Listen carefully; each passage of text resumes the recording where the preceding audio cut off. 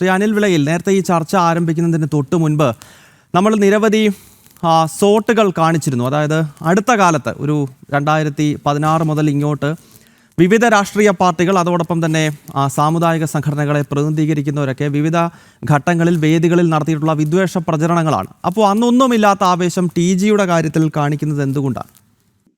ഈ കേരളത്തിലെ പോലീസിന്റെ ഒരു ആപ്തവാക്യമുണ്ട്, മൃദുഭാവേ ദൃഢകൃത്യേ എന്നാണ് അവരുടെ ആപ്തവാക്യം പറയുന്നത്. ആ ആപ്തവാക്യം സ്ക്വയർലി ആപ്ലിക്കബിൾ ആണ്.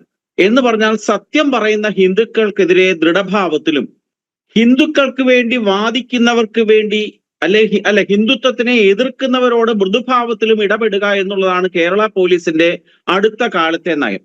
അതിന് കോൺഗ്രസിന്റെ UDF എന്നോ CPMന്റെ LDF എന്നോ വ്യത്യാസമില്ല. കഴിഞ്ഞ ഏറെ കാലമായി കേരളത്തിൽ നീതിയും ന്യായവും നടപ്പാക്കുന്നതിൽ മതത്തിന്റെ മുഖമുണ്ട് എന്ന് ആരെങ്കിലും പറഞ്ഞാൽ അവരെ നമുക്ക് കുറ്റം പറയാൻ സാധിക്കില്ല എന്നുള്ളതാണ് വാസ്തവം.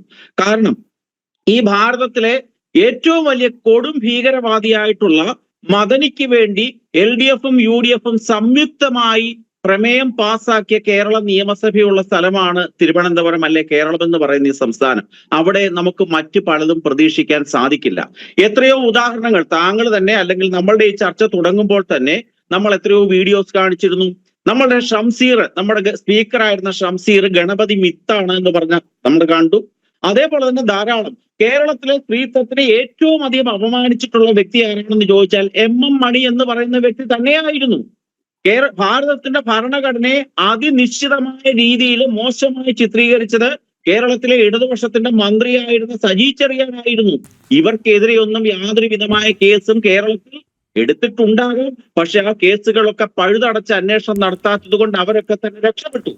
ഉവൈസി എന്ന് പറയുന്ന ഒരു നേതാവുണ്ട് ഭാരതത്തിൽ. അദ്ദേഹം പറഞ്ഞതാണ്, ഒരു 15 മിനിറ്റ് സമയം ഭാരതത്തിലെ പട്ടാളവും പോലീസും ഒന്ന് നിശബ്ദരാകുകയാണെങ്കിൽ ഈ ഭാരതത്തിലെ ഹിന്ദുക്കളെ എല്ലാം ഞങ്ങൾ ഇല്ലാതാക്കി തരാമെന്ന് പ്രഖ്യാപിച്ച ഒരു സംസ്ഥാനമാണ് കേരളം.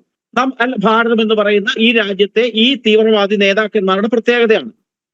പ്രധാനമന്ത്രിയായിട്ടുള്ള നരേന്ദ്രമോദിയെ വെടിവെച്ചു കൊല്ലണമെന്ന് പറഞ്ഞ ഷഫീന ബീവി ഇന്നും യാതൊരു ഉളുപ്പുമില്ലാതെ ഈ വീഡിയോസ് ഇറക്കിക്കൊണ്ടിരിക്കുകയാണ്. ജാൻമണി, പ്രധാനമന്ത്രിയുടെ പിതൃത്വത്തിനെ ചോദ്യം ചെയ്ത ജാൻമണിയെ നമുക്കറിയാം. ഇതേപോലെ തന്നെ കഴിഞ്ഞ കാലം മുമ്പ് വരെ കേരളം ഭരിച്ചിരുന്ന മുഖ്യമന്ത്രിയായിരുന്ന പിണറായി വിജയൻ എപ്രകാരമൊക്കെയാണ് പ്രവർത്തിച്ചത്, അതിൽ നിന്ന് ഞാൻ വ്യത്യസ്തനല്ല. എനിക്ക് ഇത്തരത്തിലുള്ള പ്രശ്നങ്ങൾ ഉണ്ട് എന്ന് ദിനം പ്രതി തെളിയിച്ചുകൊണ്ടിരിക്കുന്ന ഒരു നേതാവാണ് കേരളത്തിലെ മുഖ്യമന്ത്രിയായിട്ടുള്ള VD സതീശൻ. എന്താണ് അദ്ദേഹത്തിന്റെ ഹെലികോപ്റ്റർ യാത്രയെ വിമർശിച്ചതിന് ബേപ്പൂർ സ്വദേശിയായ നിതിൻ എന്ന് പറയുന്ന പയ്യനെതിരെ കേസെടുത്ത വാർത്ത നമ്മൾ കണ്ടിട്ടുണ്ട്. കഴിഞ്ഞ ദിവസമാണ് സംഭവിച്ചത്. മുഖ്യമന്ത്രിക്ക് അതേപോലെ തന്നെ സുഗതന് നിയമപരമായിട്ട് അവധിയെടുക്കാൻ കഴിവുണ്ട്, അല്ലെങ്കിൽ നിയമപരമായ അവകാശമുണ്ട് എന്ന് പറഞ്ഞ ഡെപ്യൂട്ടി സെക്രട്ടറിയായ ഡോക്ടർ ചിത്രയെ സസ്പെൻഡ് ചെയ്ത് നമ്മൾ കണ്ടു. ഈ സവർക്കറെ പറ്റി ഒരു ചോദ്യം ഉന്നയിച്ചതിന് ഗുരുപ്രസാദ് എന്ന് പറഞ്ഞ അധ്യാപകനെതിരെ നടപടിയെടുക്കുന്ന കാര്യവും നമ്മൾ കണ്ടു. അതുകൊണ്ട് ഞാനും ഇന്നത്തെ പിണറായിയാണെന്ന് ഉറക്കെ പ്രഖ്യാപിക്കുന്ന രീതിയിലുള്ള ഭരണമാണ് VD സതീശൻ സർക്കാരിന്റെ നേതൃത്വത്തിൽ കേരളത്തിൽ നടന്നുകൊണ്ടിരിക്കുന്നത്. ധാരാളം ഉദാഹരണങ്ങൾ നമുക്ക് നിരവധിയായി പറയാൻ സാധിക്കും. ഇവിടെ സൂചിപ്പിക്കുകയുണ്ടായല്ലോ, രജിന സുണ്ണിത്താൻ പറയുകയുണ്ടായി, അല്ലെങ്കിൽ ഇനി ജലീൽ പുല്ലൂർ സംസാരിക്കാനിരിക്കുകയാണ്. കേരളത്തിലെ സ്ത്രീത്വത്തിനെ ഏറ്റവും മോശമായി ചിത്രീകരിക്കുന്നതിന് മുൻപന്തിയിൽ നിൽക്കുന്നത് കേരളത്തിലെ ഇസ്ലാമിക പണ്ഡിതന്മാരെന്ന് പറയുന്ന വ്യക്തികൾ തന്നെയാണ്. സത്താർ പന്തല്ലൂർ എന്ന് പറയുന്ന വ്യക്തിയുണ്ട്. അദ്ദേഹം എന്താണ് സ്ത്രീത്വത്തിനെ പറ്റി പറഞ്ഞിട്ടുള്ളത് നമുക്കറിയാം. ഇന്നും കേരളത്തിലെ യൂട്യൂബിൽ അത് കിടപ്പുണ്ട്. അദ്ദേഹം പറഞ്ഞ മറ്റൊരു പ്രസ്താവനയുണ്ട്, ഞങ്ങൾ ഈ സമസ്തക്കാർക്കെതിരെ ഏതെങ്കിലും രീതിയിൽ ആരെങ്കിലും എന്തെങ്കിലും പറയുകയാണെങ്കിൽ ഞങ്ങളുടെ SKSFകാര് അതിനെതിരെ കൈവെട്ടിക്കളയുമെന്ന് പ്രഖ്യാപിച്ചിട്ടുണ്ട്. ഒരു കേസ് പോലും എടുത്തിട്ടില്ല എന്ന് നമുക്ക് കാണാൻ സാധിക്കും. നമുക്കറിയാമല്ലോ, നമ്മുടെ മുഖ്യമന്ത്രിയുടെ മകളായ വീണയെ വിവാഹം കഴിച്ച മുഹമ്മദ് റിയാസിന്റെ വിവാഹത്തിനെ പറ്റി എന്തായിരുന്നു ഒരു മുസ്ലിം പണ്ഡിതൻ പറഞ്ഞത്? എന്താണ് നമ്മുടെ കിടപ്പുണ്ട്, എന്റെ വായിൽ നിന്ന് കേൾക്കേണ്ട യാതൊരു വിധമായ കാര്യവുമില്ല. അതേപോലെ തന്നെ ഉണ്ടല്ലോ, ഈ തട്ടമിടാത്ത സ്ത്രീകൾ അഴിഞ്ഞാട്ടക്കാരാണ് എന്ന് ഉമ്മർ ഫൈസി മുക്കം എന്ന് പറയുന്ന ഒരാൾ പറഞ്ഞിട്ടുണ്ട്. രജന സുണ്ണിത്താൻ മനസ്സിലാക്കണം. അതിനെതിരെ കേരളത്തിലെ ഒരു പ്രശസ്തയായിട്ടുള്ള VP സുഹറ എന്ന് പറയുന്ന ആ സ്ത്രീ സാമൂഹ്യ പ്രവർത്തക, സാഹിത്യകാരിയുമൊക്കെയാണ്. അവർ പോലീസ് സ്റ്റേഷനിൽ ഒരു പരാതി കൊടുത്തല്ലോ.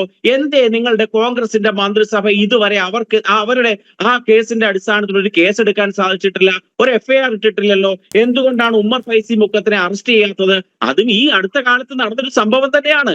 ഇങ്ങനെ ഒന്നല്ല നിരവധിയായ ഉദാഹരണങ്ങൾ കാണിക്കുമ്പോഴാണ് കേരളത്തിനെ ഒരു കേരളം എന്ന് വെച്ചാൽ ഹിന്ദുവിന് ഒരു ന്യായവും ബാക്കിയുള്ളവർക്ക് മറ്റൊരു ന്യായം എന്ന രീതിയിൽ കേരളത്തിലെ രാഷ്ട്രീയ പോലീസിന്റെ ഭൂപടം മാറ്റി വരയ്ക്കുന്നു എന്നുള്ളിടത്താണ് പ്രശ്നമുണ്ടാക്കുന്നത്. ഈ ടി.ജി. മോഹൻദാസിന്റെ തന്നെ സംഭവം നമ്മൾ നോക്കും. സമാന സാഹചര്യത്തില് എത്രയോ വ്യക്തികൾ എന്തൊക്കെ തോന്നിവാസങ്ങൾ ഇവിടുത്തെ ഹിന്ദുത്വത്തിനെതിരെ പറഞ്ഞിട്ടുണ്ട്, ഇവിടുത്തെ ഹിന്ദു ദേവതാ സങ്കല്പങ്ങൾക്കെതിരെ പറഞ്ഞിട്ടുണ്ട്, ഹിന്ദു ആരാധനാ സമ്പ്രദായങ്ങൾക്കെതിരെ പറഞ്ഞിട്ടുണ്ട്.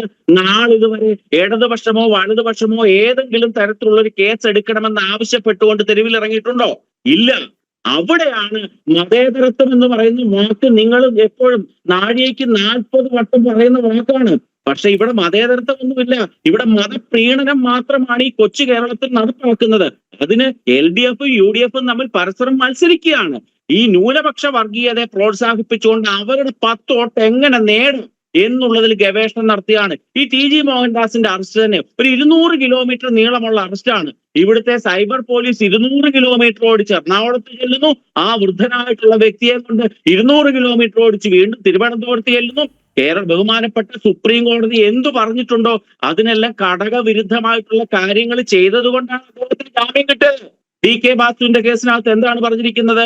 കൃത്യമായിട്ട് പറഞ്ഞിട്ടുണ്ട്, ഒരാളെ അറസ്റ്റ് ചെയ്യുന്നതിന് മുമ്പ് പാലിക്കേണ്ട നടപടിക്രമങ്ങൾ എന്തൊക്കെയാണ്, ഒരാൾക്ക് ഏതൊക്കെ സ്വാതന്ത്ര്യം ഈ ഭരണഘടന അല്ലെങ്കിൽ കോടതികളുടെ ഉത്തരവിന്റെ അടിസ്ഥാനത്തിൽ രാജ്യത്തുണ്ട് പറഞ്ഞിട്ടുണ്ട്.